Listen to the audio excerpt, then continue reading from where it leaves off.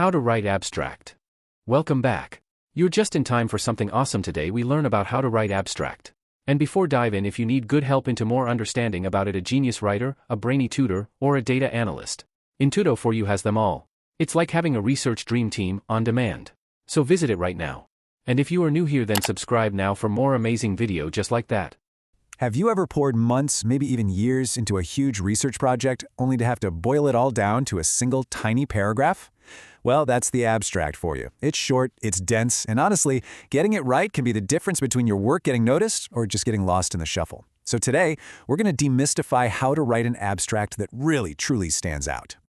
So, why all the fuss over this one little piece of text? Well, get this. Up to 500 times more people will read your abstract than will ever read your full paper. 500.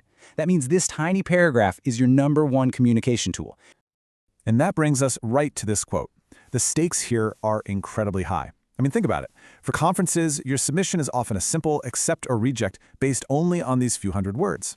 For a published paper, it's what determines if another researcher thinks your work is even worth their time. It's not an afterthought, it's the main event. So, let's start with the absolute basics. What exactly is an abstract, and what is it supposed to do?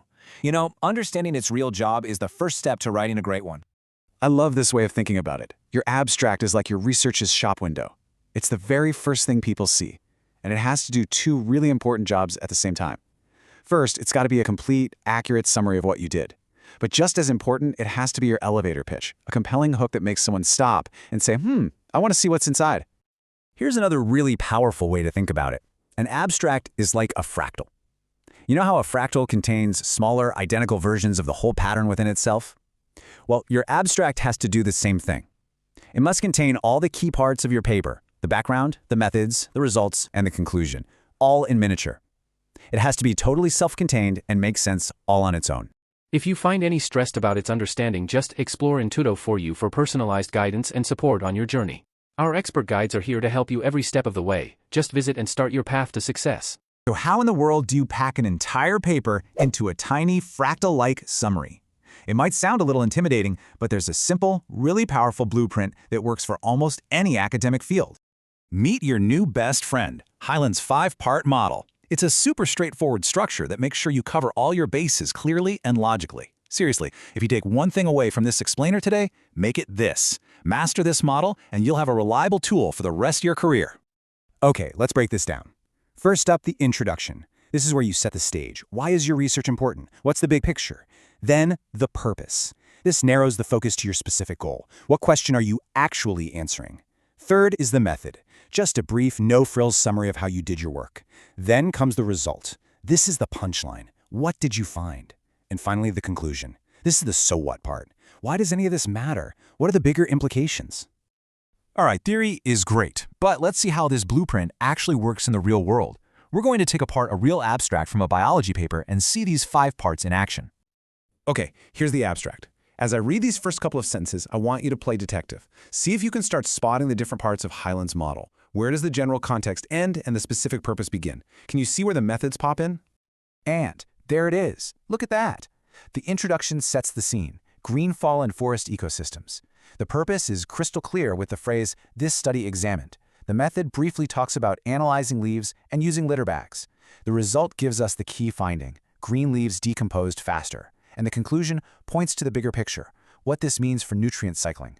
It's a perfect, real-world example of the formula. Let's zoom in a little closer on the specific phrases that act like little signposts for the reader. The introduction talks about influencing processes. The purpose is literally flagged with "this study examined." The method uses a classic passive verb, "were analyzed." The result is signaled by "displayed significantly higher rates." And the conclusion kicks off with "these results suggest." These little key phrases are going to be your best friends when you write your own abstract.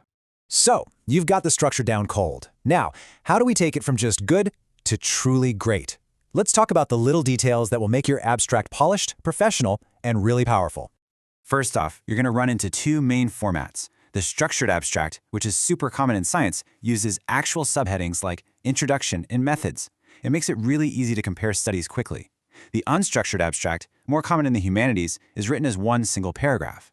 But here's the golden rule for both. Always, always, always follow the specific guidelines of the journal or conference you're submitting to. They get the final say. To really elevate your writing, just remember the 4 C's. Your abstract must be complete, covering all 5 parts of that formula we talked about. It has to be concise. Every single word needs to earn its spot. It needs to be clear so someone even a little outside your field can get it. And it must be cohesive so it flows logically from one point to the next. Let these 4 principles guide your final edits. And finally, let's talk about the flip side, what not to do. Knowing the common mistakes is one of the quickest ways to improve your writing and keep your abstract out of that dreaded rejection pile. I absolutely love this quote from Blaise Pascal. It perfectly captures the challenge here. It's funny, but it's so true. Writing concisely is hard work. It takes real time and effort to be brief. But for an abstract, it's completely non-negotiable.